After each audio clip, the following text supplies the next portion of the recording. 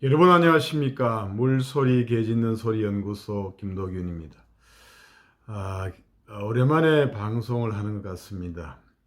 개인적인 집안일로 해서 일주일 정도 아예 이거 유튜브를 들여다보지 못했습니다. 기다리시는 분은 별로 많지는 않겠지만 아무튼 방송을 제때 하지 못해서 죄송합니다. 여러분 모두 이제 건강 조심하시고 편하게 지내시기를 기원드리겠습니다. 요새 이제 세상 돌아가는 걸 보니까 이제 하영재 국민의힘 의원에 대한 영장 기각 얘기가 이제 나오지 않습니까? 체포 동의안에서 가결이 되었는데 정작 법원에 가서는 영장이 기각이 되었다. 뭐 증거도 상당히 있고 죄도 인정하고 이런 식으로 해서 기각이 되어 버리니까 이제 불똥이 이재명에게 튀었죠. 이재명 더불어당 대표는 옛날부터 이제 3중 4중의 방탄 조끼를 만들어 입고 해서 비난이 많았지 않습니까? 나름 이제 본인이 할 수 있는 최선을 다해서 이제 방탄 조끼를 만들어 입었다 이렇게 볼 수 있겠습니다. 법원에 에서 가서 영장이 기각될 것인가 그거에 대해서 본인 스스로 확신, 자신감이 없었던 것 아니냐, 본인의 저질렀다고 이렇게 알려지고 있는 그러한 기소된 그러한 범죄 사실이라든가 그 다음에 의혹들에 대해서 본인 스스로 자신이 없었기 때문에 영장이 기각될 것이라는 자신이 없었기 때문에 뭐 증거인멸 문제라든가 그 다음에 범죄 사실의 중대성, 성남의 부시라든가 이런 것들이 본인 스스로 생각할 때 자신감이 없었기 때문에 결국에는 내가 기억할 수 있는 스스로 만들어 입는 방탄조끼를 입지 않을 수가 없었다. 이렇게 되는 거고,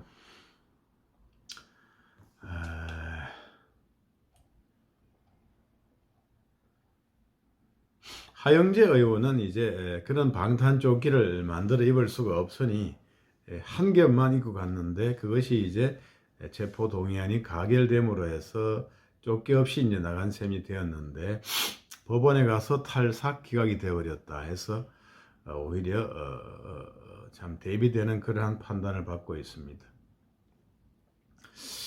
뭐 나름 이재명 대표 입장에서는 합리적인 선택이다. 내가 할 수 있는 범위 내에서 최선을 다한다는 그러한 측면에서는 최선의 선택이었을지 모르겠지만 근곤일척의 성부가 약했다 이렇게 볼 수 있는 거죠. 그런 성부가 약했다기보다도 그런 성부를 사안의 특성상 그런 성부를 결할 수 있는 사안이나 상태가 아니다 이렇게 보는 게 맞지 않을까 싶습니다. 사안의 중대성이라든가 뭐 도주의 우려는 없겠지만 뭐 유동규라든가 이런 여러 가지 문제, 뭐 가짜 변호사 문제도 있고 해서 증거인멸 문제 이런 부분도 사실은 이 하영재 의원하고 다른 문제가 있으니까 그렇게 배포를 정면 승부를 가져갈 수 없었던 것이 아닌가 이렇게 생각이 되고, 결론적으로는 제가 늘 드리는 말씀이지만은 얕은 술수로 세상을 경영할 수는 없다. 얕은 술수로 세상을 경영할 수는 없다. 입으로 세상을 경영할 수는 없다 이거죠. 행동으로 감동을 주는 행동이 있어야만 국민이 성복을 하고 어필이 되고 지지를 받을 수 있는 거죠. 우리 뭐 과거에 이제 저 세상으로 간 노무현 대통령을 보더라도 뭐 전두환 대통령 50 청문회에서 인기는 끌었죠. 뭐 명패를 집어 던지고 이런 자극적인 행동을 또 보여주고 해서 청문회 스타가 되었는데 결국에는 이제 바보 노무현이라 해서 안 되는 것처럼 보이는 불가능한 저 지역 구도를 타파하기 위해서 그렇게 애를 쓰고 부산에 출마하고 민주당 민주당인가요? 그동안 전신인가요? 그거로 출마하고 해서 어떤 행동을 통해서 그 진정성을 어떤 봤던 것이다. 이렇게 되는 건데, 그런 우리 이재명 대표에서는 그러한 국민의 심금을 울리는 그런 행동이 있었느냐 이거죠. 뭐 옛날에 이제 어릴 때 이제 소년공에 시작해서 장애인이 돼서 그런 점에 대해서는 어필이 되겠지요. 어필은 됩니다만은 뭐 김부선 사태에 대해서도 뭐 크게 묵묵부답이고 대무대응이고, 형 문제도 그렇고 형수 욕설 문제도 그렇고 이래저래 해서 국민의 심금을 울리는 어필이 되는 그러한 게 있느냐, 그게 문제 아니겠어요. 결국에는 이제 뭐 3대 무상정책, 뭐 무상교복, 무슨 산후조리원, 뭐 청년 수당 이래가지고 돈 나눠주고 이제 어려운 시절에 그런 것들이 또 어필이 될 수는 있겠지만, 그러한 것만으로 어필되는 시대는 이제 지나가지 않았느냐 생각이 들고, 오히려 이제 감동을 주지 못하는 정치가 되었다. 성부를 결하지 못하는 정치인이 되었다. 그러면 안 되지 않나 이거죠. 대권 후보가 되려면 감동을 줘야 된다 이거잖아요. 윤석열 후보가 뭐 온갖 추미애라든가 문재인이라든가 이런 사람한테 온갖 핍박과 멸시를 받으면서도 꿋꿋하게 자기의 주장 소신껏 움직이는, 나는 사람에 충성하지 않는다 하는 그러한 감동을 줘서, 어필이 줘서 이제 자기의 지지 세력이 없던 국힘당에 가서, 남의 당에 가서 이제 대통령 후보가 되지 않았습니까? 이제 이재명 대표는 자기 당을, 민주당을 이재명의 민주당으로 만들었다고 볼 수 있겠죠. 하지만 어떤 감동을 줄 것인가 이거죠. 응? 어떤 감동을 줄 것인가, 이런 생각이 들면 역시 얕은 술수로 세상을 경영할 수는 없다, 이런 말씀을 드리고, 또 말로서 세상을 경영할 수는 없다. 말은 사람에게 감동을 주지 못한다. 행동이 수반되는 그러한 것만이 사람을 감동을 줄 수 있고 지지를 얻어낼 수 있다. 이런 교훈을 한번 새겨보게 되겠습니다. 두 번째로 참 좀 재밌는 얘기 뭐냐면은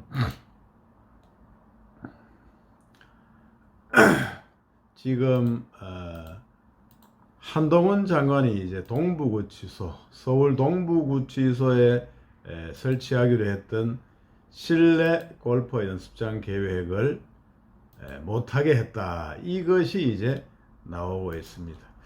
구치소에 혈세로 직원용 실내 골프장을 추진했는 게 서울 동부구치소. 한동훈이 이제 반대해서 법무부 지시로 이제 계획을 철회했다, 이렇게 나오고 있습니다. 저도 이제 현직 변호사로서 활동하고 있기 때문에 서울 동부구치소에 종종 가게 됩니다. 가면은 서울 동부구치소라는 게 이제 건물이죠, 건물.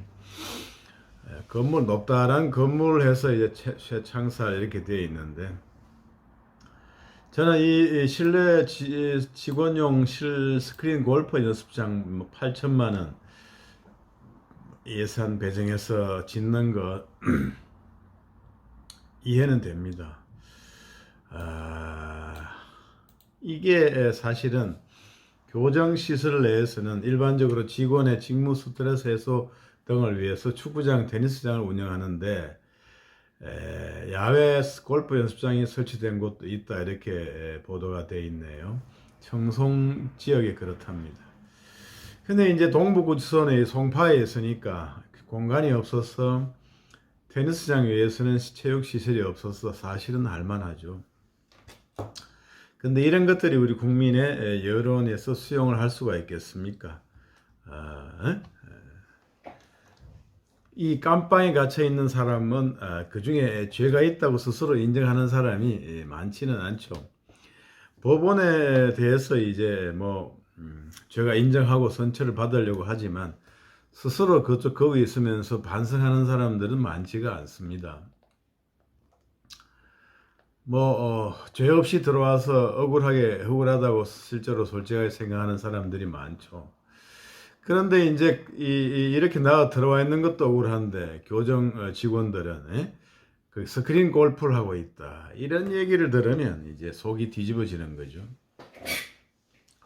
일반 국민들 중에서도 우리나라 일반 국민들 중에서도 골프 인구가 아마 최근에 많이 늘고 여성들도 늘고 젊은 사람들도 늘고 했다고 하지만 골프 인구가 그래도 많은 건 아니잖아요. 그래서 골프를 치는 사람들에 대해서 배관시하는 그러한 풍조가 있죠.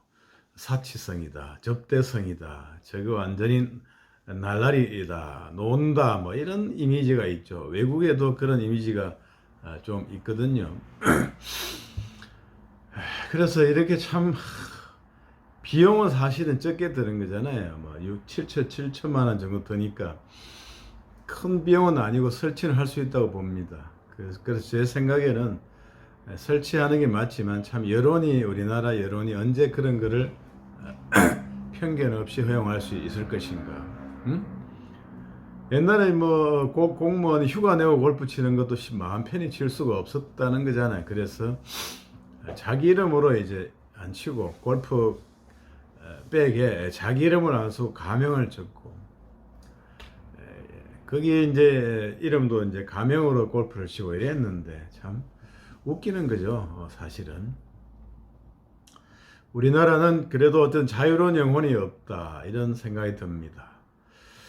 뭐 휴가 장마철에는 뭐 장만한 곳으로는 여행도 못 가고 현충일에는 룸사롱도 못 가고 술도 못 마시고 음주 가무도 못 하고 뭐 직원 스트레스 해소를 위해서 하는 실내 골프장 이건 직원 복리 차원에서 필요하다고 보여집니다. 뭐 테니스장 추가로 축구장 만들 수도 없으니 그 상책이라고 보는데 여론은 이제 아직 멀었죠. 언제 그것들을 허용할 수 있는 국민의 어떤 포용성이 있을지 10년 한 3, 40년이 지나야 될지 알 수가 없습니다.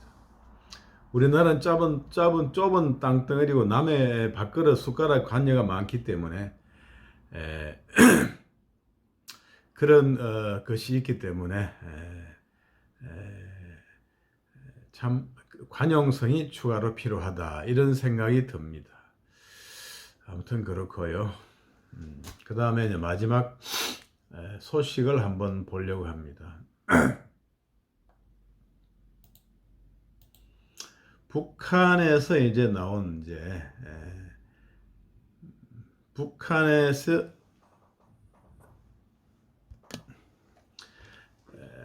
8회 서해 수호의 날 기념식을 가리켜서 역겨운 광대 노름이 깔린 어리석은 술책이다 이렇게 비난을 했다고 합니다. 오늘 북한 대외 선전 매체인 우리 민족끼리는 논평을 내고 서해 수호의 날 기념식에 대해서 윤석열 역도는 그 무슨 희생과 헌신 타령을 늘어놓고 괴뢰군 놈을 찬양하기에 급급했다 이렇게 비난을 했습니다. 기념식 광대 노름이다 이렇게 얘기하고 이명박 박근혜 역도의 비참한 말로는 4대 매국과 반공화국 대결 파쇼 통치와 반인민적 악정을 일삼는 자들이 파멸의 운명을 변치 못한다는 걸 보여준다 이렇게 논평을 냈습니다. 이명박 박근혜를 이제 역도로 표현했다는 거죠. 4대 매국을 했다. 반공화국 북한의 대결을 했다. 반인민적 악정을 일삼는 자들이다. 이렇게 생각합니다. 그러나 제가 볼 때는 현재 공산주의 세력이야말로 반인민적인 악정에 해당하는 것이요. 제가 생각할 때는 이 노동자를 위한 나라는 없습니다. 노동자가 주인이 되는 그러한 나라는 없죠. 왜냐하면 노동자는 다수거든요. 다수가 주인이 되는 그러한 나라는 없다. 이렇게 생각이 됩니다.